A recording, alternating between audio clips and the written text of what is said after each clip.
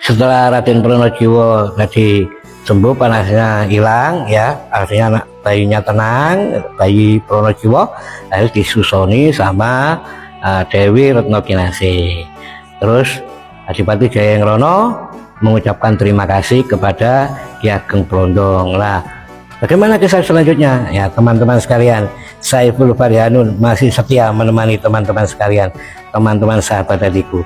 Nah, tolong follow akun saya, hilangkan tanda plusnya, lalu like, tekan love-nya sampai merah, terus komen, jangan lupa favoritkan video saya ini ya, terus sebar ke teman-teman sebanyak-banyaknya, sebar ke tautan sebanyak-banyaknya, lalu posting ulang juga sebanyak-banyaknya, karena insya Allah di dalam video saya ini ada ilmu yang pengetahuan yang baru, ilmu yang bermanfaat. Jadi jadikanlah video saya ini sebagai amal jariah bagi teman-teman sekalian. Oleh karena itu tonton sampai habis, lalu bagikan sebanyak-banyaknya sebagai amal jariah besok kita kalau meninggal dunia. Nah, setelah itu sudah selesai, sudah tenang, sudah enak, akhirnya Adipati Jayangrono tanya, Kang Mas Ki Ageng Brondong, tadi ramuan apa yang diberikan itu? Kok bisa cucu saya ini Raden Pronojiwo kok langsung tenang hatinya, sembuh dan penyakitnya hilang? Nah, ini sudah normal badannya, apa itu? Nah, disampaikan oleh Ki Ageng Brondong, Dimas Adipati Jayangrono, itu tadi ramuannya beras dan kencur. Jadi beras dan kencur itu diusap, digerus ya, diulek ya, lalu diusahakan. Loh, Kang Mas Ki Ageng Brondong kok tahu kalau beras kencur itu bisa menjadi obat bagi cucu saya? Nah, itu Dimas ya, saya tidak mengerti, tiba-tiba begitu saya masuk ke dapur, lalu ada WC ya yang masuk ke telinga saya. WC ya seperti wangsit atau WC ya, kasih aja beras kencur, beras sama kencur ditumbuk ya, dihaluskan ya, diulek lalu usapkan ke seluruh tubuhnya, insya Allah sembuh. Itu WC-nya. Akhirnya saya ambil itu kencur lalu sama beras, saya Nyai Brondong saya suruh ngulek.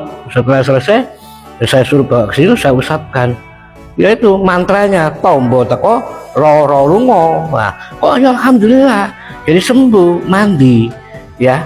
Itu oh begitu ya Kang Mas ceritanya.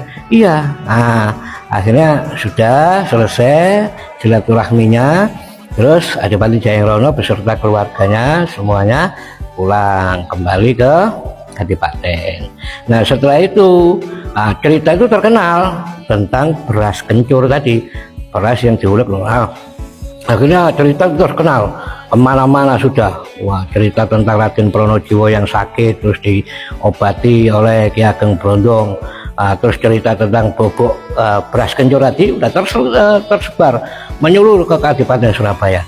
Nah, akhirnya mendadak Ki Ageng Brondong jadi terkenal, jadi seorang yang linuwih, jadi dianggap dukun. Nah ya, orang pintar, dukun ya, dukun ya, dukun kudu rukun ya, dukun itu kudu rukun ya. Nah, jadi orang pintar, orang yang hebat. Jadi sebelum ada dokter, dukun dulu yang ada.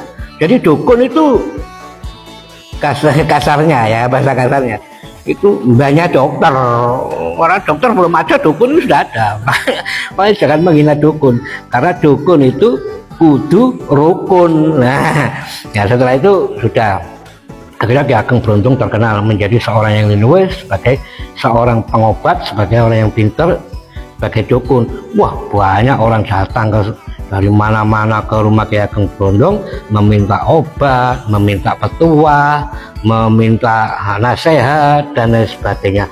Ada yang minta jimat, ada yang juga minta kaya dan lain sebagainya ya, datang ke Ki Ageng Brondong. Itu ceritanya.